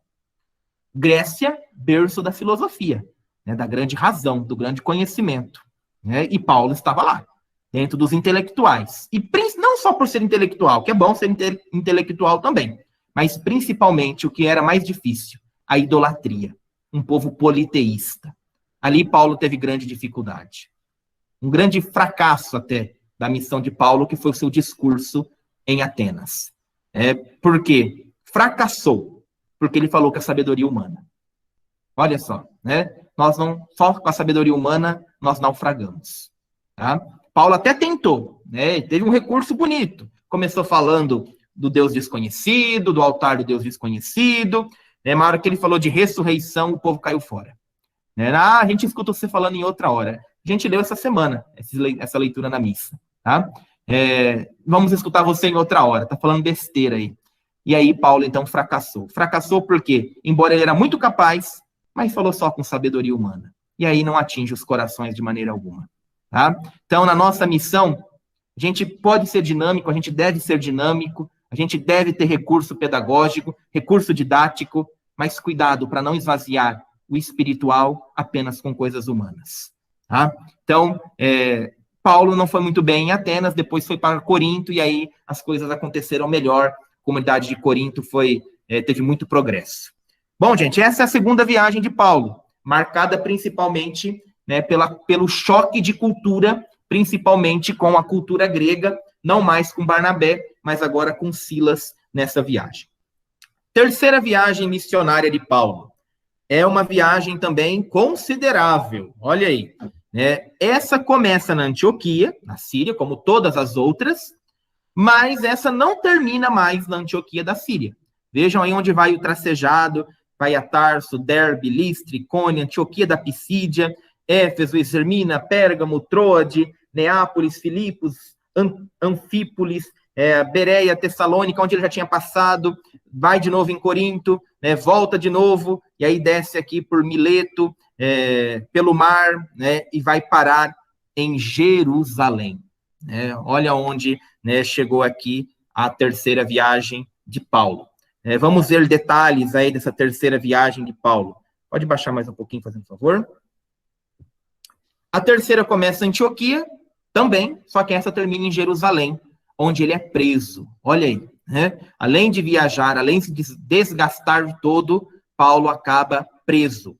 é realizada por Paulo entre 53 e 57, né, um tempo aí de 4 anos de viagem. Visitou várias cidades que nós mencionamos, que está ali no mapa. Objetivo desta terceira viagem, organização das comunidades. Então, para ficar claro, para a gente recuperar, primeira viagem, pregar para os judeus que estavam em territórios pagãos, ir às sinagogas. Segunda viagem, abertura total ao universalismo salvífico, pregando agora em qualquer lugar, até num areópago grego. Terceira viagem, agora, objetivo, organizar as comunidades. Porque Paulo agora estava revisitando. A maioria das cidades que Paulo passou na terceira viagem já eram visitadas novamente. Ele passava de novo. Não é aquele que deixou o prédio lá, né, sem construir, né, só em ruínas. Não, ele voltava lá para ver como estava. Né? Então, ele organiza as comunidades.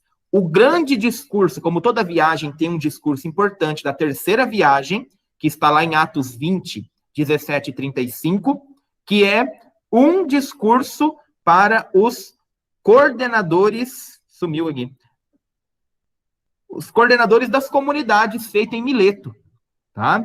Então, veja bem, já tinha coordenador, já tinha líder, e aí Paulo foi lá como fazer uma visita pastoral, né? Foi ver como que tá as coisas aí, e aí fez um grande discurso, né, em Mileto, né, para aqueles que já estavam à frente, né, das comunidades que ele já havia fundado.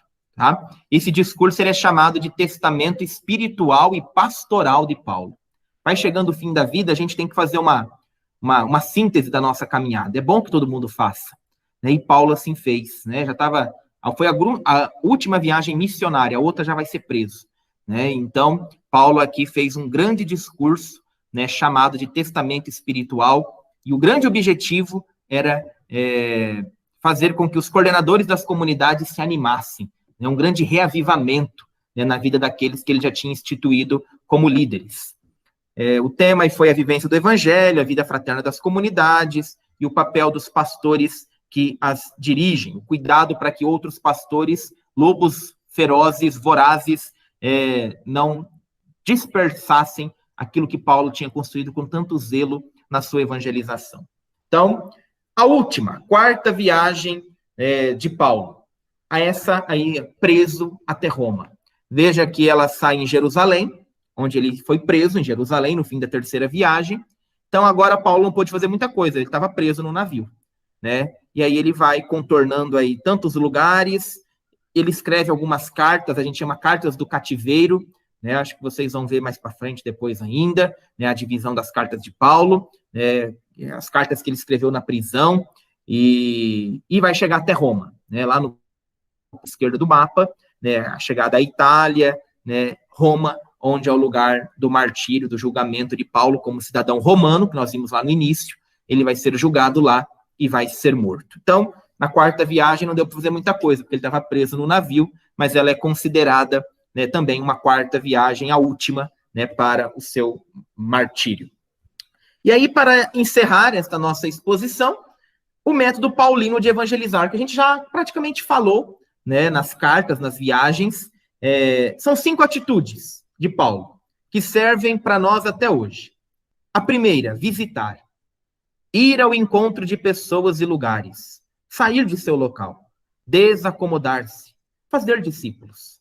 É a grande missão da igreja. Uma igreja que visita. Uma igreja que vai ao encontro. Uma igreja em saída, como nos pede o Papa Francisco. Paulo fez isso. A grande sua coragem de ir visitar. Isso é muito importante. De fazer discípulos, de anunciar. Por isso que a gente sofre tanto num tempo como esse de pandemia. Não dá para visitar. Não dá para ter um contato pessoal com as pessoas de uma maneira profunda, como quer Jesus Cristo, como fez Paulo, né, como de fato a igreja hoje pede isso. É a primeira atitude de Paulo, ir ao encontro, a empatia, né, de visitar. Segundo, instituir líderes. Depois de reunir pessoas, anunciar-lhes a boa nova de Jesus Cristo, o querigma, convencê-las, instruí-las, Paulo forma com elas uma pequena comunidade. Não parte sem deixar líderes ou coordenadores para dirigirem o grupo e serem um ponto de contato entre a comunidade e ele. Não adiantava nada ele ir lá visitar e depois esquecer. Não, fica alguém, institui um líder. Aí nós vemos Timóteo, Tito, né, tantos homens, né, que foram líderes das comunidades, né, que Paulo instituiu. Terceira atitude importante para não deixar a comunidade morrer: escrever. Pelo fato de estar sempre em contato com suas comunidades, por visitas, por informações dirigentes, Paulo fica inteirado sobre as suas dúvidas, né, os seus questionamentos, as brigas que aconteciam também na comunidade, e Paulo escreve. Por isso que nós temos muitas delas no cânon da Sagrada Escritura, estão na Bíblia, as cartas de Paulo, né, que será refletido depois também. Então, é a maneira que Paulo estava presente na vida da sua comunidade, ele escrevendo, né?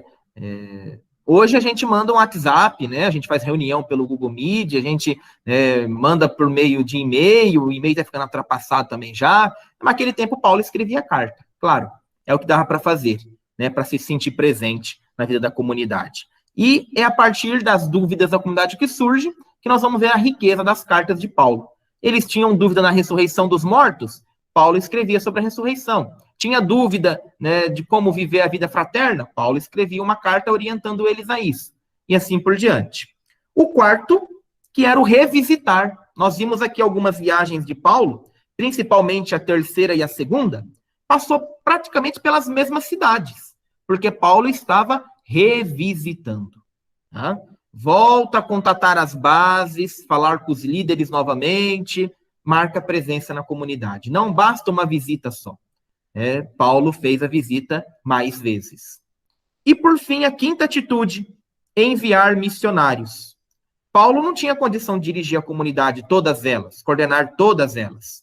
Por isso, ele enviava e recebia missionários, que eram seus representantes. Então, apenas repassando aí as 5 atitudes de Paulo, é aquele que sai de si, que visita, que institui líderes nessas comunidades, que escreve cartas às suas comunidades, né, que direciona a comunidade por meio das cartas, revisita, vai visitar de novo, e envia missionários como seus representantes, como seus embaixadores. Claro, gente, tínhamos muita coisa aqui para falar de Paulo, né, da sua missão, mas aquilo que é o curso hoje foi pedido para a gente focar mais nas suas viagens, na sua missão, né, no seu modelo de evangelizar, que hoje é vivo e atual para nós também. Não está ultrapassado. Claro que as ferramentas, os instrumentos são outros, mas o essencial dá para a gente seguir o ensinamento de Paulo. Bem? Então, foi o que foi pedido a mim, né? Agora eu passo aí para o pessoal da coordenação dar continuidade a esse momento. Quero agradecer demais o Padre Rafael por estar conosco aqui nessa tarde. É maravilhoso, Padre, saber que com uma vida tão cheia, né, de missões que o Senhor impõe, né, sobre a sua vida, o Senhor Deus coloca sobre a sua vida, mesmo assim, com todo carinho, né, o Senhor se disponibiliza, está com... E é maravilhoso poder ouvir, vai entrando no coração, a gente vai tendo consciência da grandeza e da importância dessa missão de Paulo para nós hoje. Muito obrigada. Deus abençoe grandemente. Amém. Alegria, né, estar com vocês. E aí... Muito obrigada. Muito obrigada. E aí, para a gente dar continuidade... Antes de falar qualquer coisa, antes de dar mesmo sequência no curso, eu gostaria de convidar aquele seu amigo, Paulo, para que ele pudesse estar conversando conosco sobre as renúncias, sobre as mudanças, sobre em que ele focou o caminhar, o trilhar a vida dele. Então, eu quero chamar aqui no nosso meio Paulo, para que ele possa falar conosco, testemunhar para nós.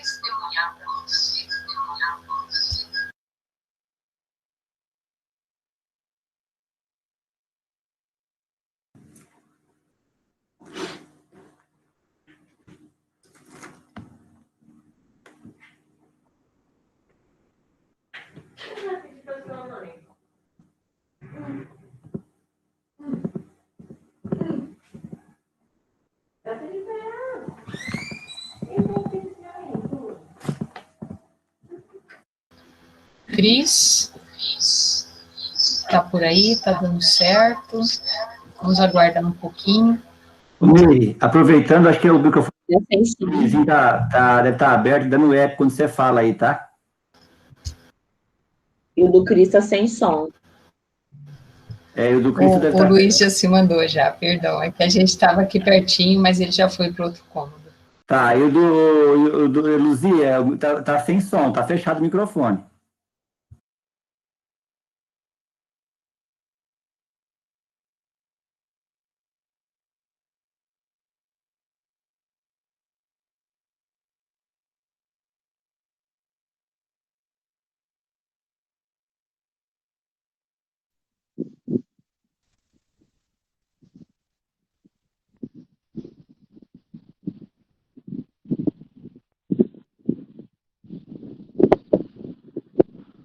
Olá, boa tarde. Hoje eu quero partilhar com vocês um pouco das obras que Deus realizou através do meu servir. Depois do que aconteceu em Damasco, onde fui alcançado pela luz que iluminou as minhas trevas, iniciou-se em mim um processo de profunda conversão. Como consequência desse chamado mudança interior, eu senti uma necessidade de que toda a minha vida se transformasse. Por isso, abandonei todos os meus ideais, todas as minhas convicções. Perdi tudo. Absolutamente tudo. Mas era preciso. Pois o meu caminho tinha que ser completamente diferente, renunciando a tudo que até então havia sido a minha vida. A partir daquele momento, eu era impulsionado a trilhar o caminho da luz. Antes, o zelo pela lei me consumia. Agora, ardia a obstinada vontade de evangelizar, de proclamar a salvação alcançada por Jesus à cruz a todas as nações, para transformar profundamente a vida de qualquer pessoa que recebesse essa mensagem. Apesar da minha miséria, Deus havia me chamado para ser um instrumento seu e anunciar o evangelho aos pagãos e, por consequência, a todos os outros povos que ainda não haviam sido atingidos por essa luz da revelação divina. Apesar dessa missão específica que o Senhor havia me confiado, eu comecei a evangelizar os judeus, pois queria que os meus irmãos também fossem iluminados pela verdade divina. Porém, foi um fracasso total, porque eles se recusavam a aceitar essa luz. Então, sem planejar nada, eu declarei: se não querem receber o evangelho, eu iria anunciá-lo aos pagãos. Naquele instante, começou uma nova etapa na minha missão. Com a certeza da inspiração do próprio Espírito Santo, eu fiz de forma determinada essa escolha, pois tinha uma certeza em meu coração. Mas para que o evangelho renda muitos frutos, é preciso que seja vivenciado em união com os irmãos, em comunidade. Pois, assim como o corpo de Cristo, a comunidade fortalece cada um dos seus membros e potencializa a missão para continuar a transmissão da verdade de Jesus Cristo. Para essa finalidade, Deus providenciou que eu tivesse contato com algumas pessoas. E a partir desse contato, formou-se uma pequena comunidade missionária.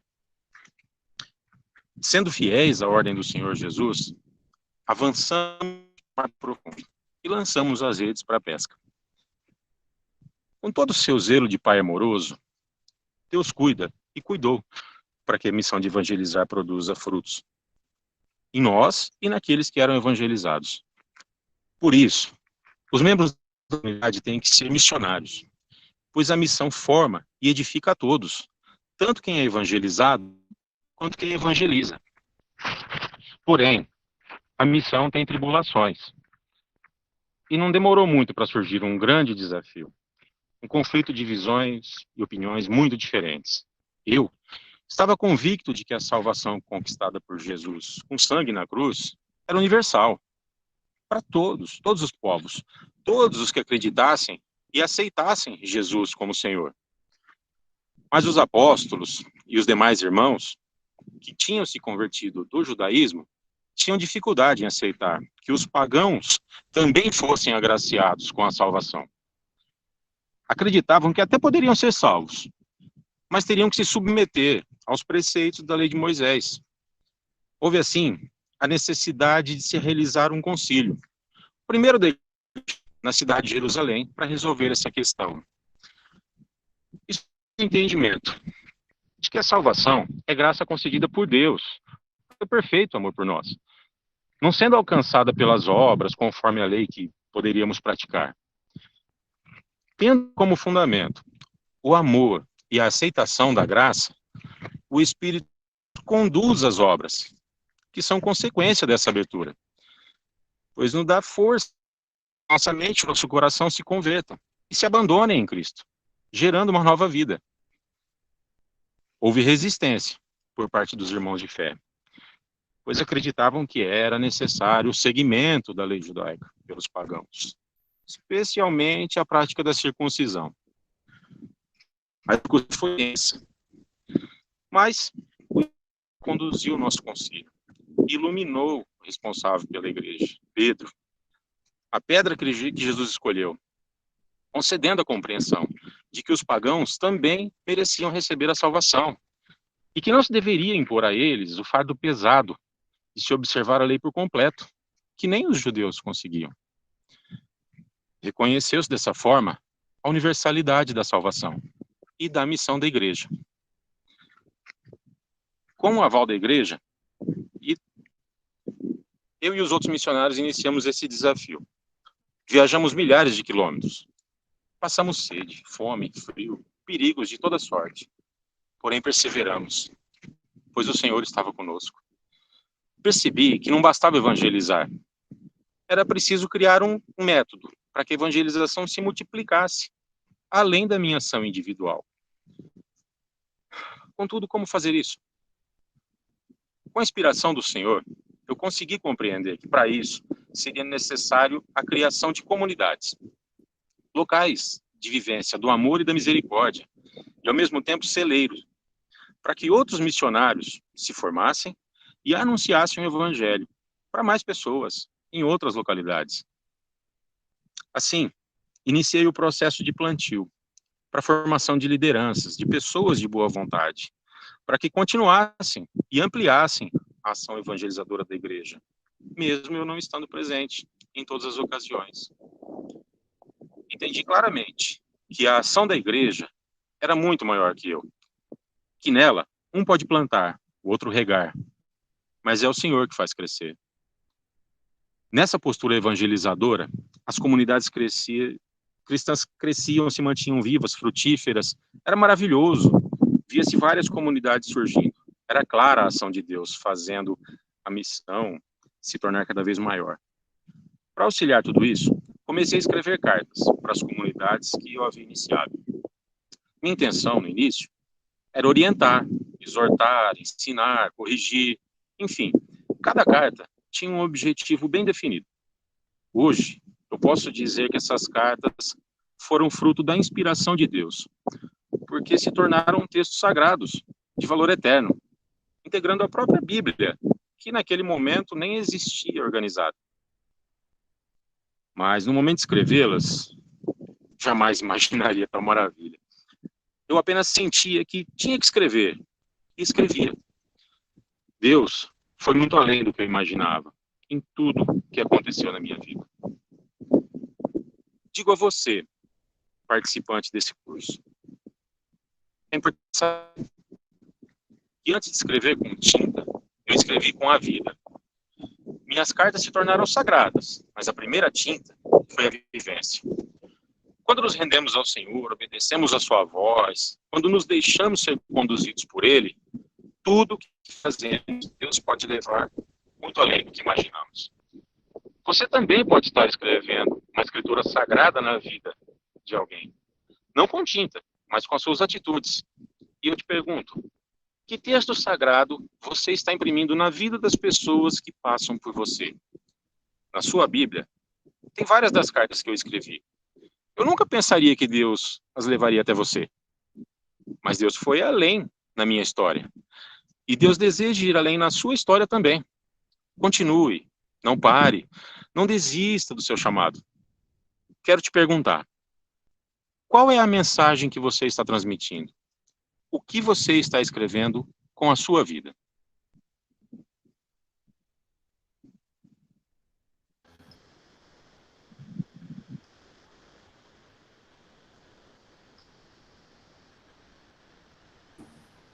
Lá no começo do curso, a Aline falou uma frase que me chamou a atenção.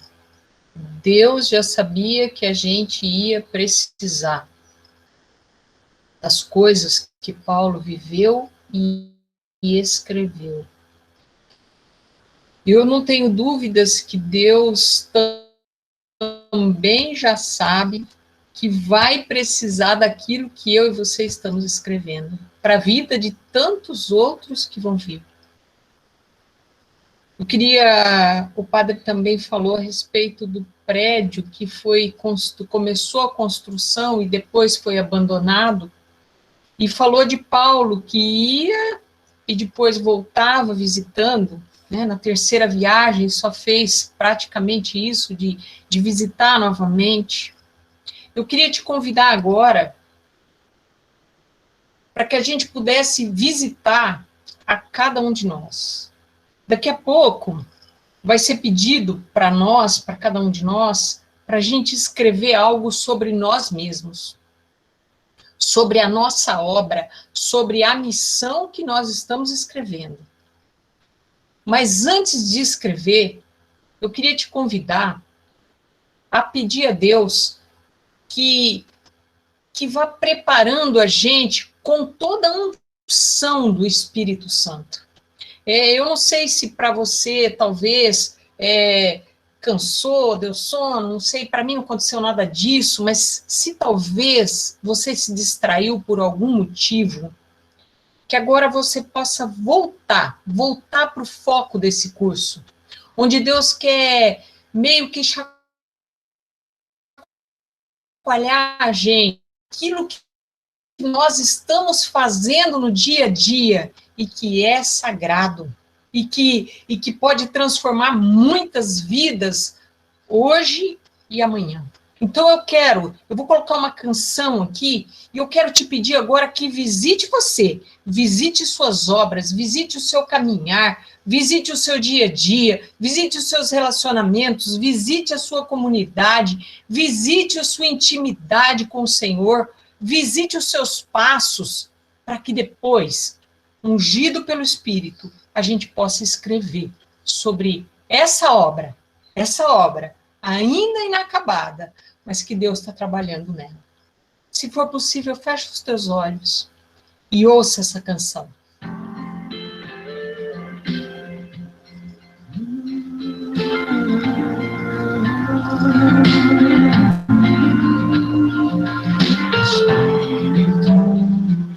Vai pedindo a Deus.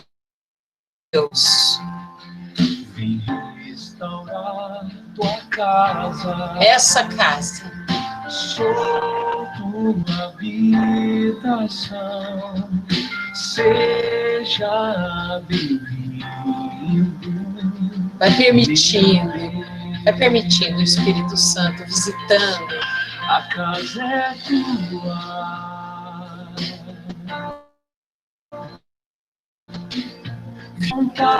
Que a vontade, Senhor, para fazer, refazer, tudo que for necessário. O que quiseres, Espírito Santo, vem, fiz uma obra. Vai pedindo isso a Deus. Mas, Senhor, eu dou livre acesso para fazer uma obra nova aqui. E toma os espaços do meu coração. Todos os espaços. Espírito Santo, vem e faz uma obra nova em mim. Restaura minha história, vem e toma os espaços do meu coração. em mim seja teu. Tudo, Senhor, tudo sem reservas. Só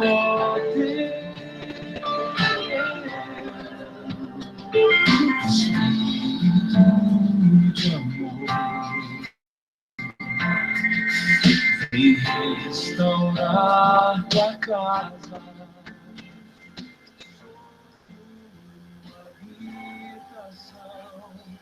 Paulo, eu penso, nos fazia que tudo o que ele estava fazendo, ungido, motivado, fortalecido pela sua intimidade com o Espírito Santo de Deus, por sua intimidade com aquela luz, ele não fazia ideia de que ia chegar até nós hoje com tanta força, com tanta autoridade, com tanto poder, aquilo que ele escreveu. O convite nessa tarde é para que eu e você também escreva uma carta. Foi pedido para que você providenciasse folha, caneta, porque eu quero te convidar a escrever uma carta para você mesmo. Eu escrevi uma carta para Meire. Uma carta como que um testamento daquilo que eu tenho feito, daquilo que eu preciso pedir a Deus. Eu fiz uma carta aqui que é um raio-x da própria Meire. E eu quero te convidar a fazer isso. Por quê? Porque nós estamos escrevendo principalmente com a vida, mas às vezes é também necessário ter registrado. E eu queria que você, ouvindo essa música, clamando o Espírito Santo, para que ele unja, você possa escrever a carta da tua vida, o seu testamento, o seu dia a dia. E não é fácil fazer isso. Eu vou começar um pedacinho aqui da minha, baixar um pouquinho a música. Eu vou ler um pedacinho da minha para dar uma altura para aquilo que foi pensado, que foi rezado, para que você possa fazer agora. Mas a carta é sua, é sobre a sua vida, é aquilo que Deus te inspirar a fazer. Então eu coloquei assim na minha. Presidente Prudente, 15 de maio de 2021. Eu, Meire, filha amada e escolhida por Deus desde sempre, para viver, testemunhar Jesus Cristo a todos chamados à santidade, e principalmente a mim mesma. Não cesso de dar graças a Deus. Não cesso de dar graças a Deus por minha vida, minha alegria, minha fé, esperança e principalmente pela missão de anunciar que Deus plantou no meu coração. Esse aqui foi um modelo, né? Eu sigo em frente agora com a minha carta e eu quero te convidar a baixar sua cabeça, pegar tua folha de papel, enquanto a música toca, escrever uma carta para você mesmo, porque essa carta, só para que fique mais claro o intuito disto, eu quero que essa carta depois você coloque na sequência dentro da tua Bíblia, porque a minha vida, a tua vida é sagrado. É o 5º evangelho que está sendo escrito com o dia a dia. É isso que eu quero te convidar a escrever. As tuas labutas, tuas alegrias, tuas missões, teus fracassos, tuas dificuldades, tuas alegrias. Enquanto a música toca, irmão. Faz essa experiência, que depois você vai ver, ao reler, ao revisitar, é maravilhosa.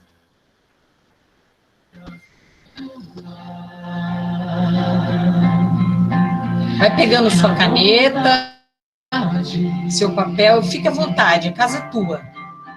Desfazer o que quiseres, a casa é tua. Fique à vontade. Nós vamos ter um tempo, agora são 16h44, 10 minutos para que você escreva. Abre o teu coração. E faz uma obra nova em mim, restaura minha história bem e toma os espaços do meu coração. Espírito Santo, vem e faz uma obra nova em mim, restaura minha história bem e toma os espaços do meu coração. Que tudo em mim seja teu, só teu. Espírito Santo, sou teu, só teu. Sou tua casa, sou teu, sou teu, só teu. Espírito Santo, sou teu, só Deus.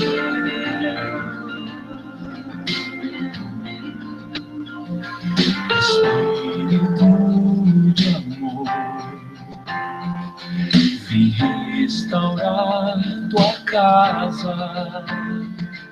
Sou tua habitação, seja bem-vindo, meu Deus. A casa é tua, fique à vontade, desfaz e refaz o que quiseres. Espírito Santo, vem e faz uma obra nova em mim, restaura minha história, vem e toma os espaços do meu coração. Espírito Santo, vem e faz uma obra nova em mim, restaura minha história, vem e toma os espaços do meu coração. Que tudo em mim seja teu, só teu.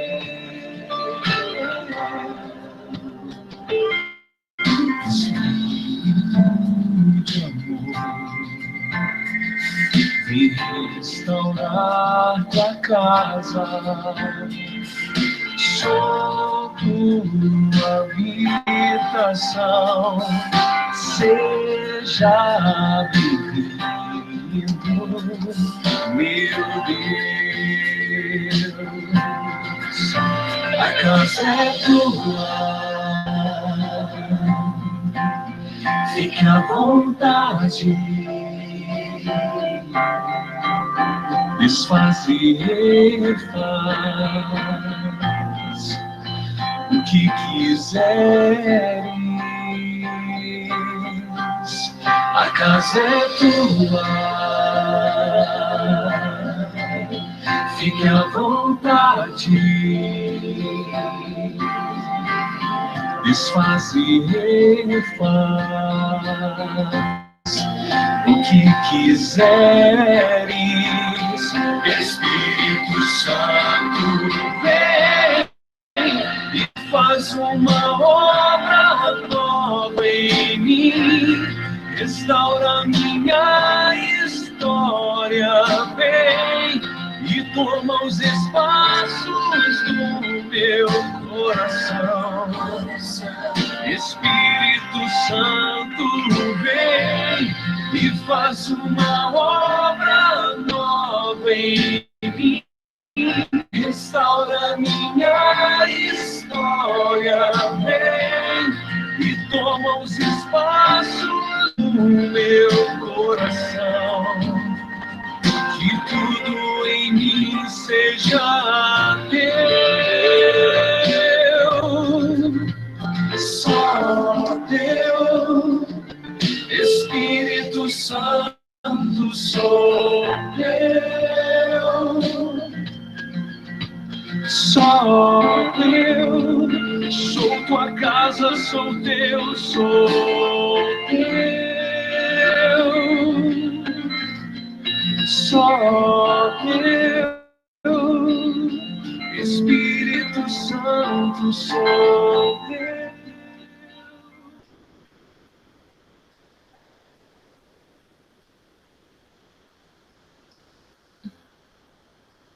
Espírito Santo, sou teu. Se nós estivéssemos juntos, né? O que Deus vai providenciar para em breve, a gente está fazendo novamente uma formação, de repente, de um outro livro, lá na sede da comunidade. Eu já estou até vendo o quanto ia ser lindo, né? A gente poder agora partilhar esses textos sagrados, né? A gente partilhar, mas ainda não é possível hoje. Eu quero te convidar, às vezes alguns ainda não terminaram, mas se você não terminar ainda, depois que a gente terminar o curso, esse momento nosso, você dá sequência, né? Porque o tempo agora a gente já precisa já ir encerrando. Mas eu quero te convidar a dobrar, mesmo que você não acabou, tá? Mesmo que você não acabou, a dobrar o seu texto sagrado. E eu quero te convidar a realmente guardar dentro da sua Bíblia Sagrada, de preferência depois do Evangelho de São João. E sempre, assim como a terceira carta de Paulo, sempre voltar ali para visitar. Porque o Salmo diz, né, que Deus não deixará inacabada a obra que as mãos dele começou em nós. Então, a gente está crescendo. Como diria a nossa formação que nós tivemos da comunidade, que para ser santo a gente tem que descer os degraus, então a gente está descendo degraus.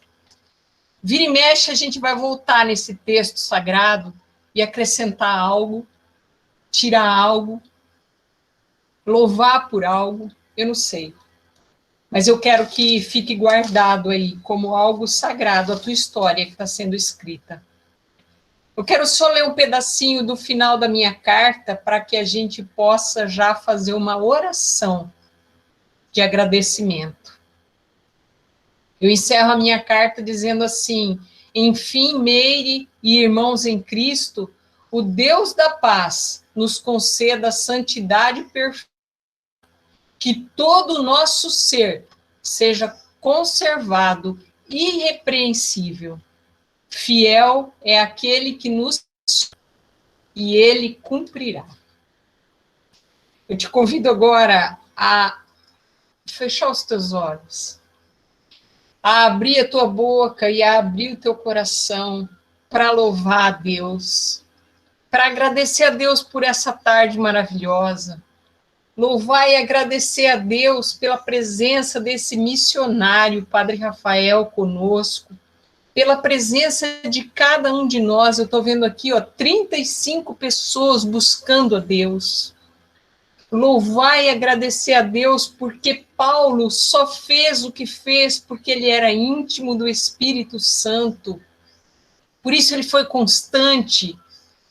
Louvar e agradecer a Deus, porque o Senhor nos inunda nessa tarde do Espírito Santo de força, de sabedoria, de arregaçar as mangas para fazer aquilo que tem que ser feito com a nossa vida na história. Nós te louvamos, Senhor. Nós queremos te agradecer porque o Senhor é um Deus fiel, um Deus que caminha conosco, um Deus que prometeu, estarei contigo todos os dias. E é isso que nós sentimos, Senhor, nessa tarde. A tua presença viva, a tua presença a abrir os nossos olhos, a abrir os nossos ouvidos e a dizer para nós, vai, filho, eu te envio, vai, filha, a missão, a messe é grande e eu preciso de operários sedentos. Muito obrigada, Senhor, muito, muito, muito obrigada por esse dia, muito obrigada por tudo que o Senhor realizou em cada um de nós. Glórias ao Pai, ao Filho e ao Espírito Santo, como era no princípio, agora e sempre. Amém. Gostaria de chamar o Marcos para que ele pudesse encerrar, dar os avisos e o que mais tiver que ser feito. Graças a Deus, glórias a Deus mesmo. Glórias a Deus por Ele nos escolher a vida, e glória a Deus por escolher pessoas, homens e mulheres, que ouviram o chamado e deram uma resposta. E seguiram o Mestre, seguiram Jesus, deixaram marcas, deixaram os rastros, deixaram as placas, indicando o caminho, e hoje nós estamos seguindo. E na certeza de que o nosso segmento não é vazio, porque atrás de nós, como o padre disse, Paulo fez um testamento, né? Atrás de nós, eles vão ler o testamento nosso. Essa cartinha que nós escrevemos hoje é só um ato que nós estamos fazendo para entender que nós estamos deixando marcas.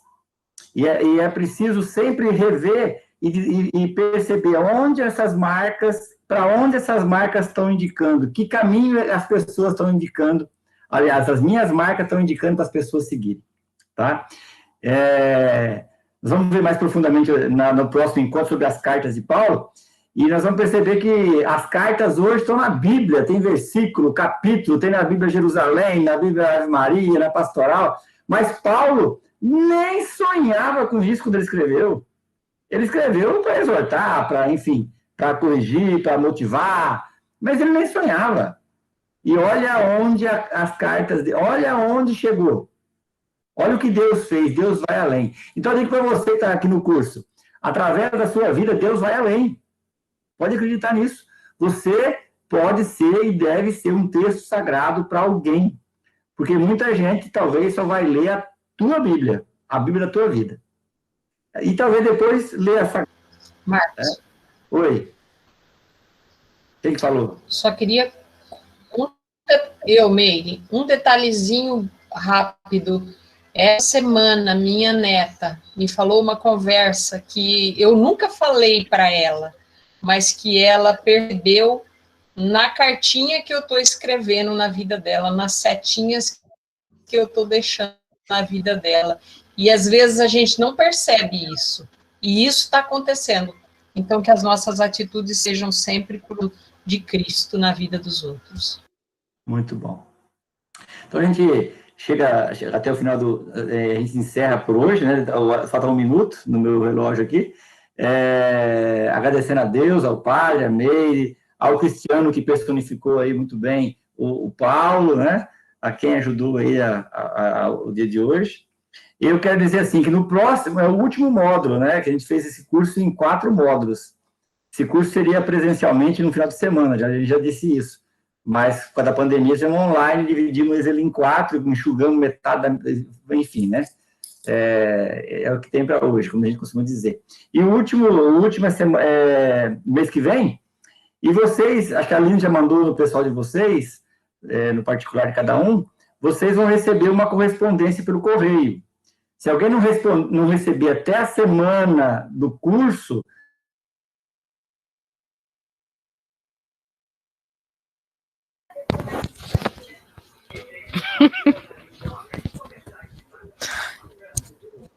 mas tá? Não abram. Fala, Aline. Você deu uma travada, desculpa. Travou? Travou. Destravou. E agora, destravou? Destravou, pode falar. Destravou. Que parte que eu travei? Se alguém não recebeu. Se alguém não recebeu o pagamento, reclame com o seu patrão, tá? Não, mas vocês vão receber uma encomenda pelo correio e não abram a encomenda. É algo muito simples, tá, gente? Não vão viajar na maionese, não. É uma carta, pronto. Vocês vão receber uma carta pelo correio, uma correspondência. Não abram, tá? E se alguém não recebeu essa carta, que vocês entrem em contato com a gente no grupo, ou com a Aline, de preferência com a Aline. Porque a gente vai dar um jeito de mandar essa correspondência. Vai abrir que dia? Vai abrir no dia do curso, no horário específico. Travou de novo, Aline? Não, eu ia falar assim que tiveram algumas pessoas que não me passaram endereço ainda. Eu não tô vendo todo mundo, não sei se tem alguém aqui que não me passou, mas se tem, me manda lá no privado, no WhatsApp, tá? Por favor, que a gente tem que começar a enviar. Tá bom? E sábado que vem, no dia 22, nós temos missa na comunidade, missa presencial. Quem é da região e puder vir, vai ser a missa de Pentecostes, vai ser sábado às 4 horas da tarde, lá na sede, tá? Todos estão convidados, ok? Dia 22, 4 horas da tarde, missa de Pentecostes, lá na comunidade, ok? Bom, acho que era isso. Tinha mais algum recado? Alguém tem algum lembrete? Aline? Meire? Padre, dá a benção final para nós, por favor. Se o padre está aí ainda, pode sair já. Ele pediu para avisar que o irmão dele chegou, ele teve que sair. Então, nós vamos pedir a benção de Deus. O Senhor esteja conosco, Ele está no meio de nós. Que Deus nos abençoe em nome do Pai, do Filho e do Espírito Santo. Amém. Bom final de semana para todos. Quem vai na missa, boa Santa Missa agora. Quem não vai, que vai amanhã, porque católico tem que ir na missa, hein? Beleza? Então, até o próximo encontro para quem está fazendo o curso. Os membros da comunidade vão ter um encontro antes do curso ainda, tá bom, gente? Tchau, um abraço. Tchau pra vocês. Fica com Deus todo mundo aí. Tchau. Tchau, gente. Um abraço. Deus abençoe. Tchau.